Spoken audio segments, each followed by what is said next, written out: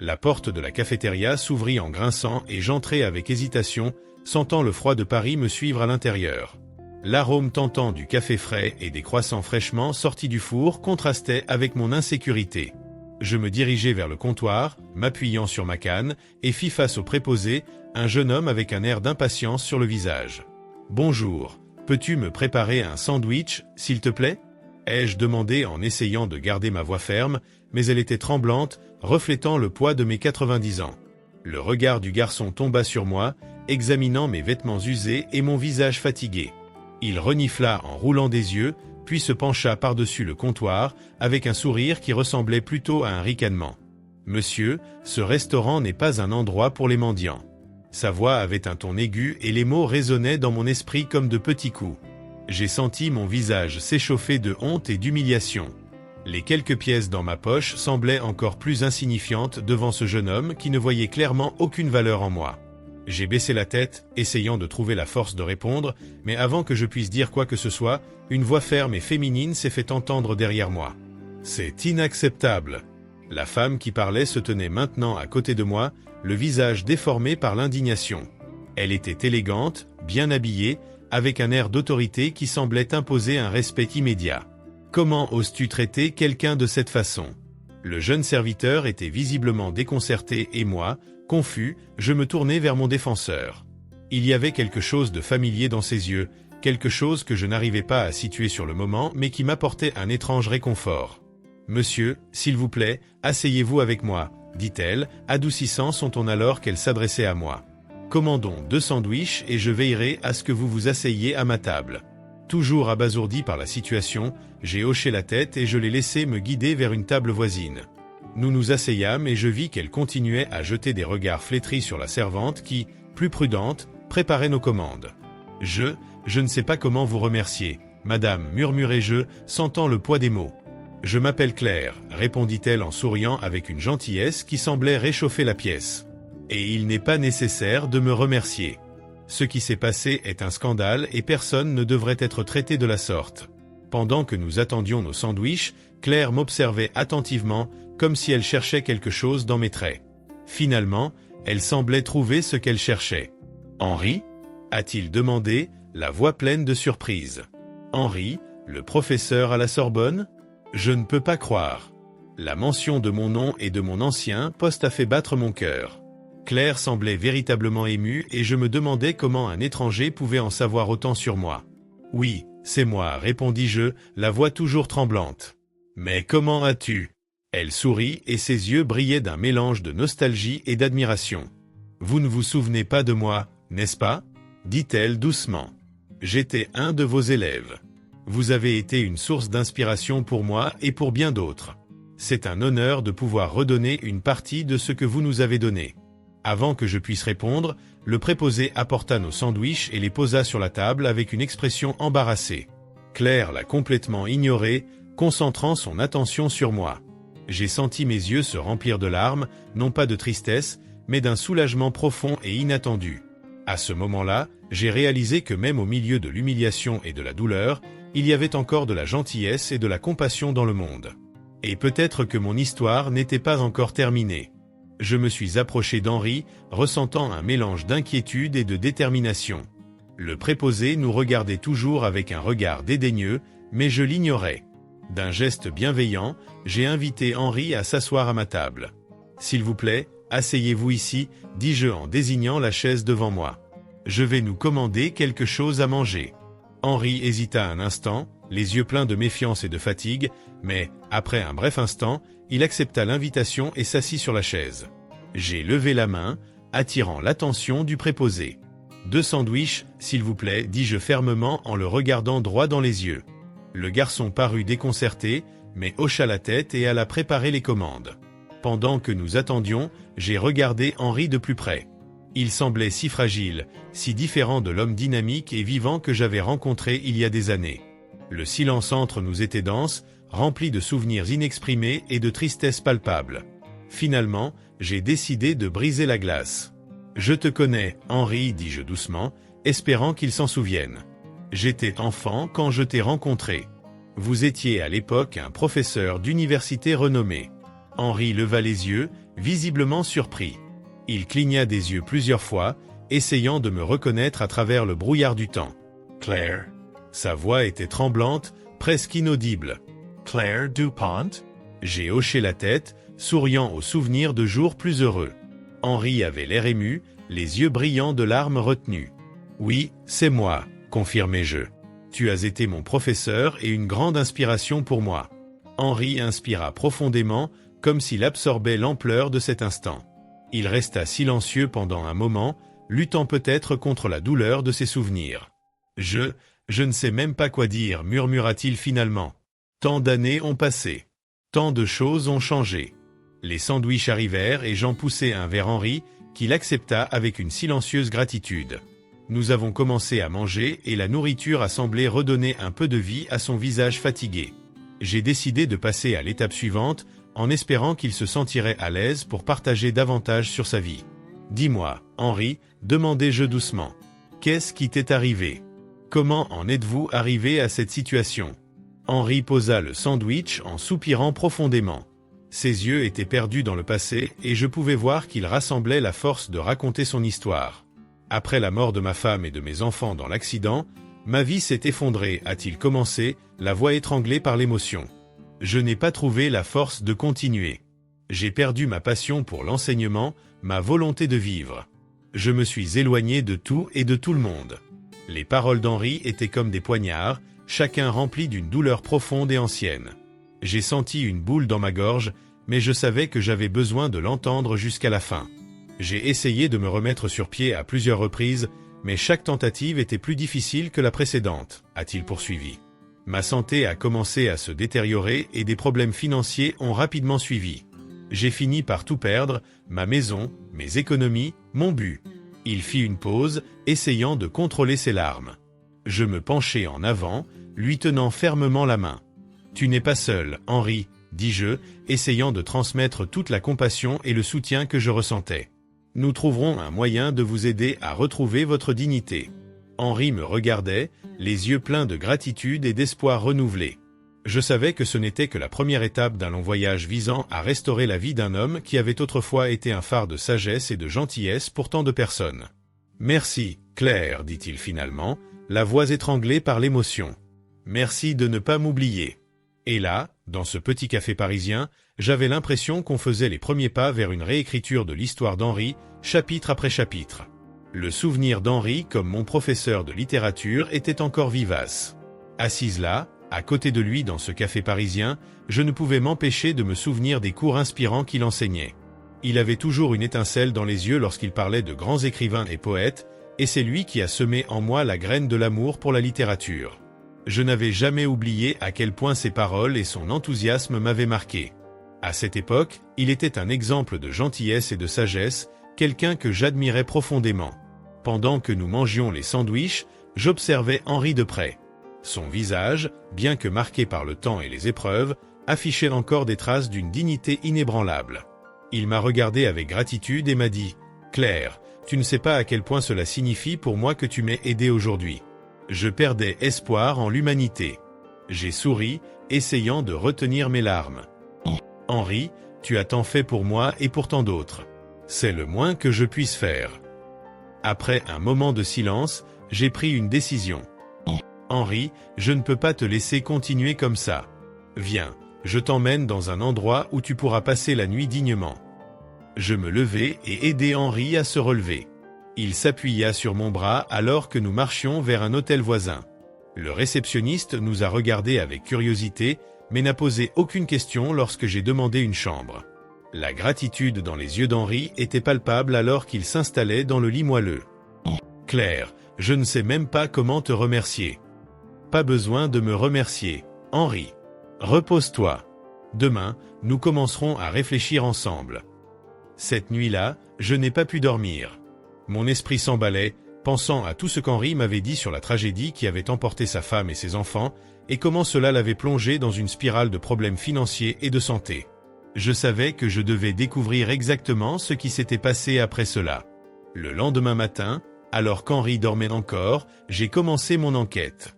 J'ai appelé d'anciens amis d'université avec lesquels j'étais encore en contact et je leur ai expliqué la situation. Tout le monde a été choqué d'apprendre les difficultés auxquelles Henri était confronté.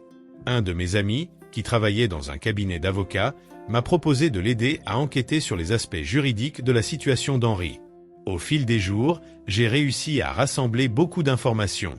J'ai découvert qu'Henri avait tout perdu à cause d'une combinaison de problèmes financiers et de santé qui s'étaient aggravés au fil des années. Il avait été victime de stratagèmes financiers et sans personne pour l'aider, il a fini par sombrer dans la pauvreté. J'ai parlé aux anciens élèves et collègues d'Henri et ils ont tous exprimé le même indignation et le même désir d'aider. Un après-midi, je suis rentré à l'hôtel avec un plan. Je suis entré dans la pièce et j'ai trouvé Henri assis à la fenêtre, regardant la rue animée. « Henri, j'ai de bonnes nouvelles. J'ai réussi à rassembler des personnes qui veulent m'aider. Trouvons un moyen de résoudre ta situation. » Il se tourna vers moi, les yeux larmoyants. « Claire, tu es un ange. » Je commençais à perdre la foi, mais tu as ramené l'espoir dans ma vie. Je me suis assis à côté de lui et lui ai tenu la main. « Henri, tu as inspiré tant de gens au fil des ans. C'est maintenant à notre tour de redonner. Sortons-en de cette situation ensemble. » En regardant le soleil se coucher sur Paris, j'ai ressenti un élan de détermination. Je savais qu'il y avait encore beaucoup à faire, mais avec le soutien de tous, nous étions sur la bonne voie pour redonner dignité et espoir à Henri. À l'aube de ce jour, j'ai ressenti un mélange d'anxiété et de détermination, quelque chose que je n'avais pas connu depuis longtemps. Claire, infatigable et animée d'une compassion rare, avait organisé une rencontre avec mes anciens élèves et amis.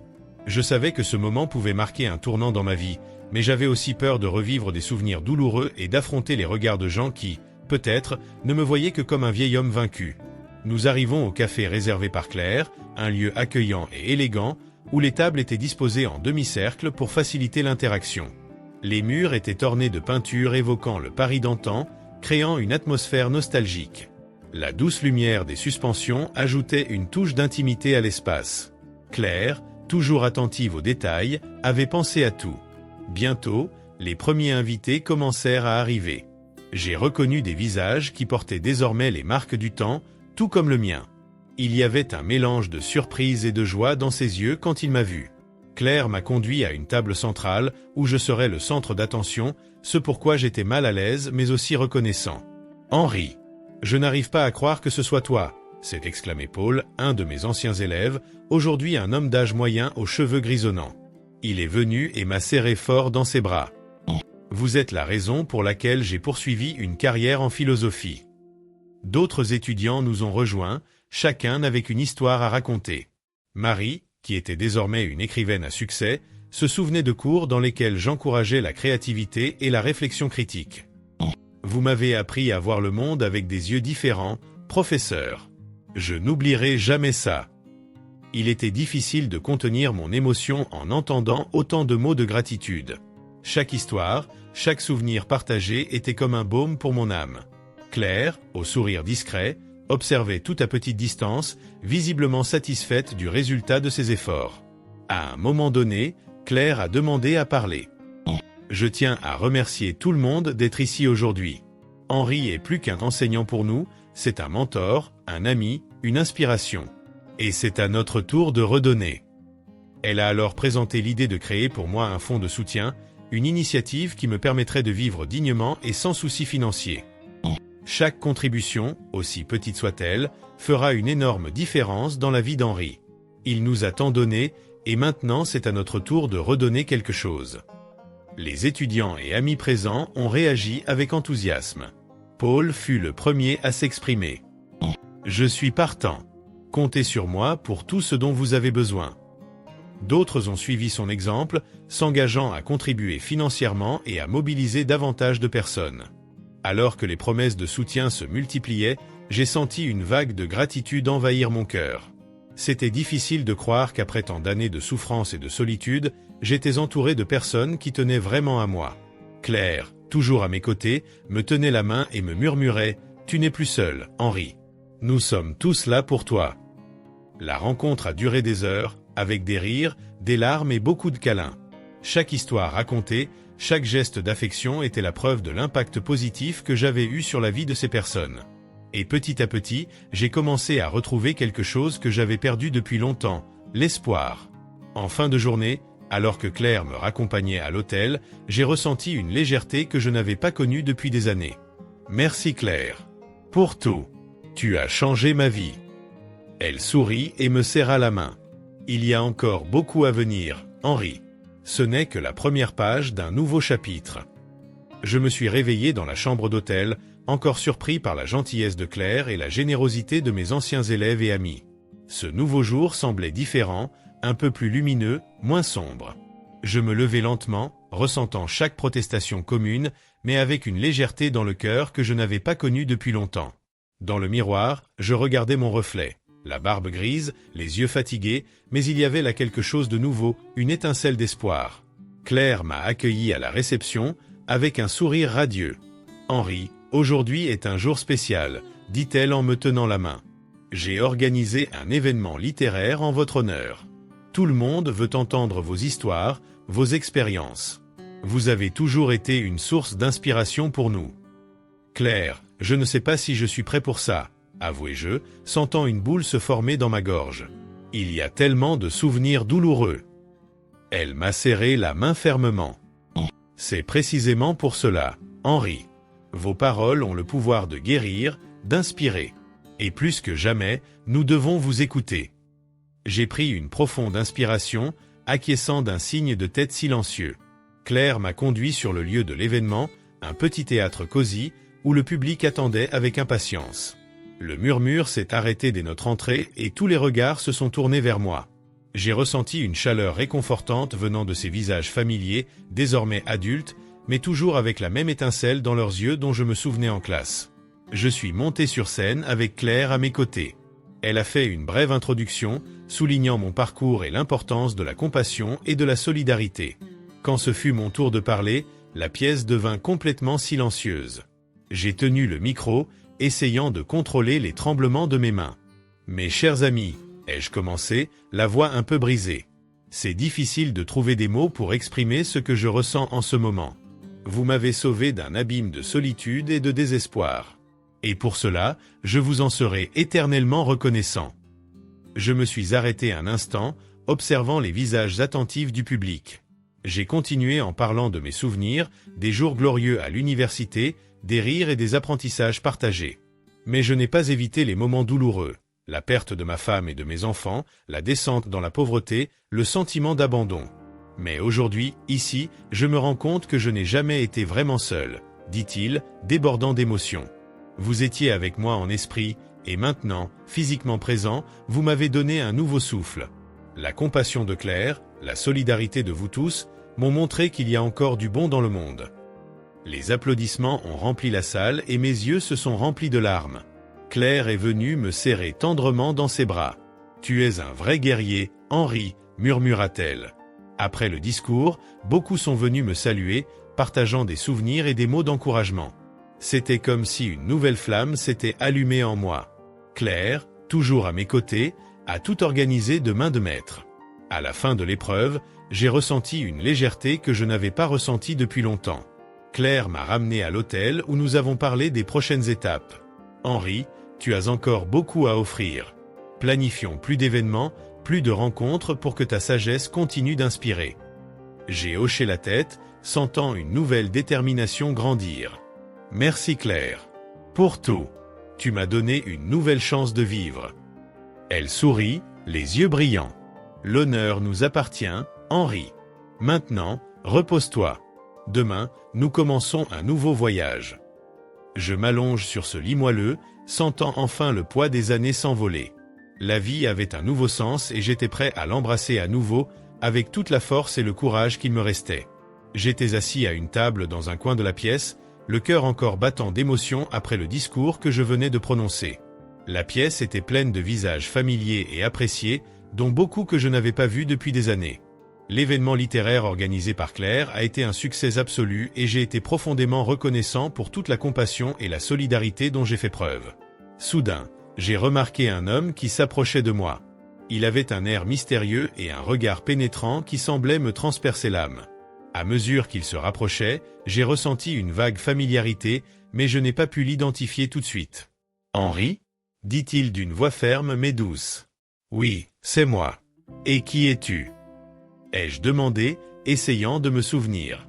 Je m'appelle Pierre, Pierre Dubois. Nous étions camarades de classe au collège. Vous vous souvenez de moi? L'évocation de son nom a rappelé un flot de souvenirs. Pierre et moi étions des amis proches pendant nos années à l'université. Il a été l'un des rares à m'avoir toujours soutenu, surtout dans les moments les plus difficiles. Mon esprit a commencé à s'éclaircir et un sourire s'est formé sur mon visage. Pierre. Bien sûr que je m'en souviens. Comment pourrais-je oublier? C'est si bon de te revoir après tant d'années. M'exclamai-je en tendant la main pour une poignée de main chaleureuse. Pierre s'est assis à côté de moi et a commencé à raconter son histoire. Tandis qu'il parlait, j'ai réalisé la gravité de ce qu'il s'apprêtait à révéler. Henri, après le drame que tu as subi, j'ai été profondément secoué. Je ne pouvais pas accepter ce qui était arrivé à toi et à ta famille. J'ai donc commencé à enquêter en secret. J'ai découvert quelque chose qui va te choquer. Mes yeux se sont agrandis et mon cœur a commencé à battre plus vite. Que as-tu découvert, Pierre? J'ai découvert que votre fortune avait été détournée par un parent malhonnête. Un de vos cousins éloignés qui a profité de votre vulnérabilité et de votre douleur pour s'approprier vos biens. La colère et l'incrédulité ont envahi mon esprit. Comment est-ce possible? Je lui ai fait confiance. Je n'ai jamais soupçonné quoi que ce soit. Pierre posa une main réconfortante sur mon épaule. Je sais, Henri. Ce fut un coup bas et cruel. Mais ne t'inquiète pas, je ne suis pas resté les bras croisés.